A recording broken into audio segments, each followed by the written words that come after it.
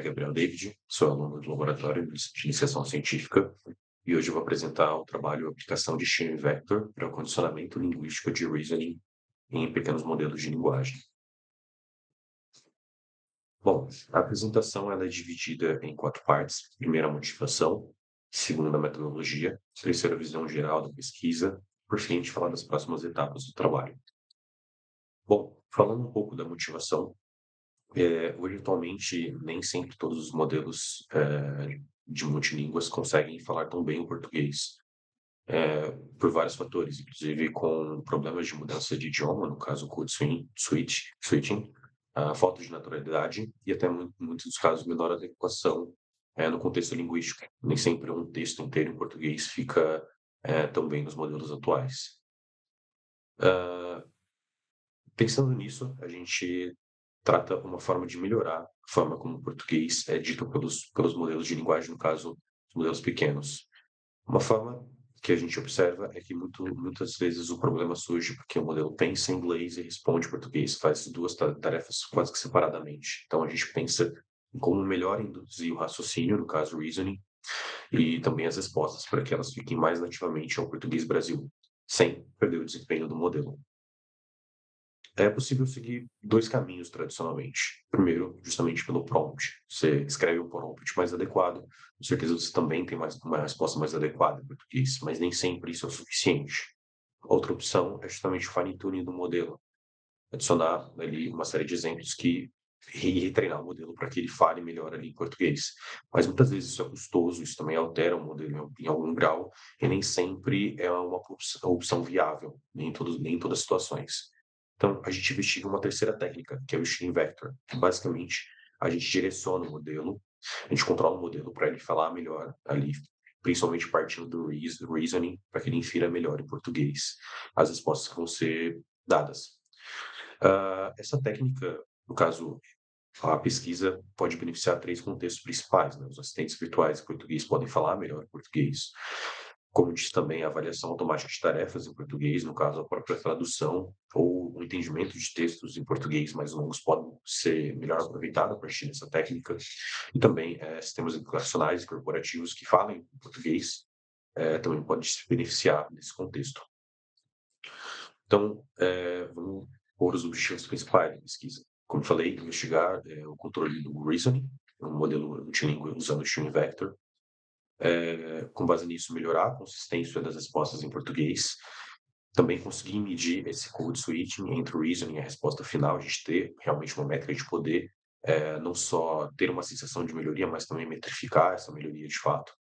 Avaliar o impacto da técnica no desempenho dos modelos, isso a gente tem utilizado o LLM Evaluation Harness para isso. E por fim, tudo ocorrendo bem, a gente analisa os trade-offs da técnica, os custos, a qualidade de desempenho, como ela realmente, de fato, impacta em comparação com outras opções que a gente tem. Então, vamos falar um pouco de Stream Vector. Se a gente pegar as LLMs tradicionalmente, a gente vai ter uma arquitetura Transformers, ali uma LLM que a gente tem, é uma arquitetura que a gente tem uma série de camadas empilhadas em pilhas. E através dessa camada, cada uma dessas camadas, toda vez que a informação é propagada entre elas, a gente vai ter um vetor de estado oculto. Esse vetor de estado oculto, que está no espaço de ativação, ele tem uma série de conceitos representados.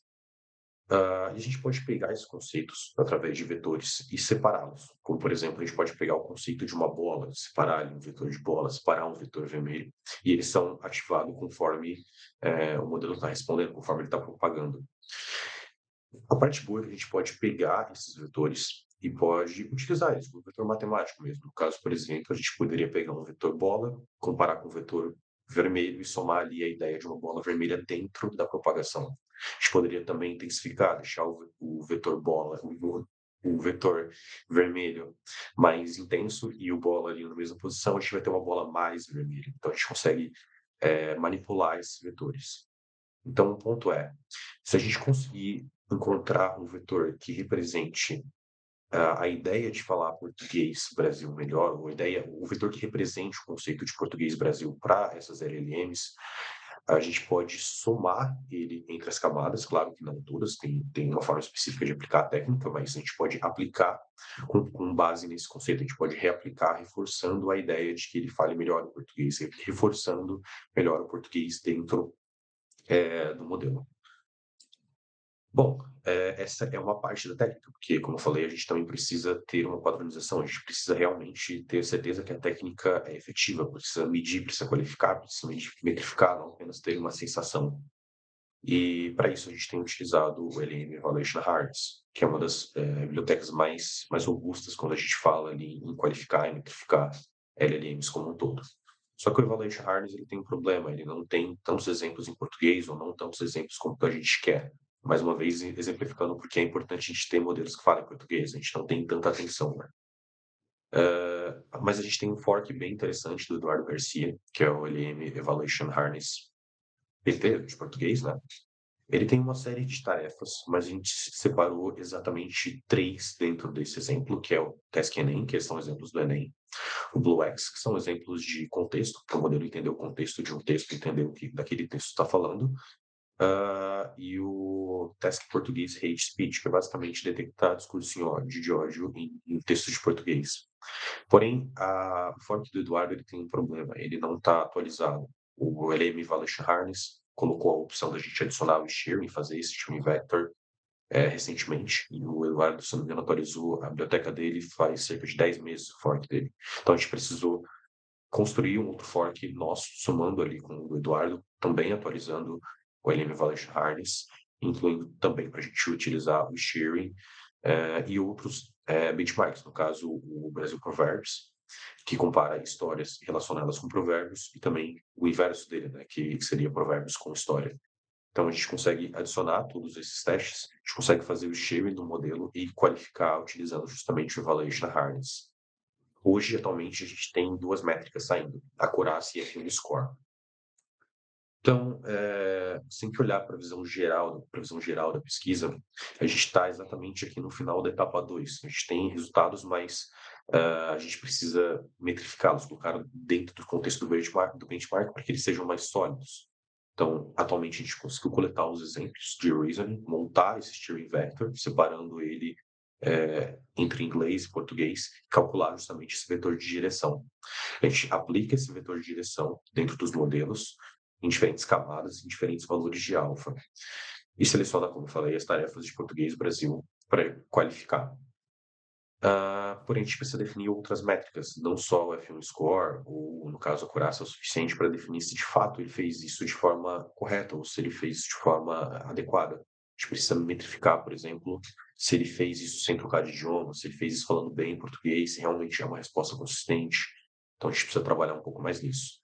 Para além disso, a gente precisa, depois de finalizado o benchmark, definir as tarefas, definir as métricas, a gente precisa fazer a avaliação, no caso, medir o uso de português Brasil no reasoning, detectar o code switch, de fato fazer a avaliação, não estou aqui falando de inserir as métricas, mas avaliar e pesar o quanto isso teve impacto, avaliar a consistência do modelo de forma linguística e o desempenho das respostas em português. E, por fim, avaliar um trade-off da técnica como um todo, validar a aplicação em outros modelos, porque a técnica que a gente está aqui trabalhando é uma técnica agnóstica, a gente está pegando o Quell, mas a ideia é que ela seja válida para outros modelos, a gente está usando ele só como exemplo. Comparar o desempenho com o baseline, no caso, comparar o modelo com e sem o stream vector, para ver se de fato ele teve a melhoria do português, e analisar, como falei, fazer um trade-off do custo, da qualidade e desempenho da técnica. A gente começou justamente essa pesquisa há cerca de 3 meses. Como falei, a gente ainda está finalizando ali os exemplos de benchmark, então não necessariamente tem resultados definitivos para serem apresentados, preferi não apostar neles. Mas vamos falar das próximas etapas, como a gente está avaliando. Primeiramente, a gente precisa acrescentar melhor ali o Evaluation Harness, como eu comentei. Ele faz algumas coisas que é interessante do ponto de vista de avaliação de modelo, mas para o nosso caso específico, a gente quer partir desde o reasoning. Então, a gente precisa filtrar o reasoning da resposta e começar a avaliar o reasoning dentro do Evaluation Harness. O Evaluation Harness é bem amigável para fazer esse tipo de trabalho, mas a gente precisa adequar de fato esse filtro para separar a análise de reasoning, a análise de resposta. Para além disso, tendo o reasoning separado, a gente precisa definir melhores abordagens para a gente poder metrificar a qualidade desse reasoning em português Brasil.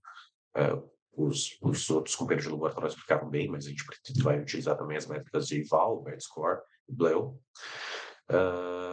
Por fim, a gente segue também adicionando métricas para detectar o overgeneration, no caso, a alucinação, o loop infinito ali dentro do reasoning. Definir métricas também para verificar quando houve o code switch, quando teve a troca de idioma. Avaliar a adição de outras tarefas, outros benchmarks também.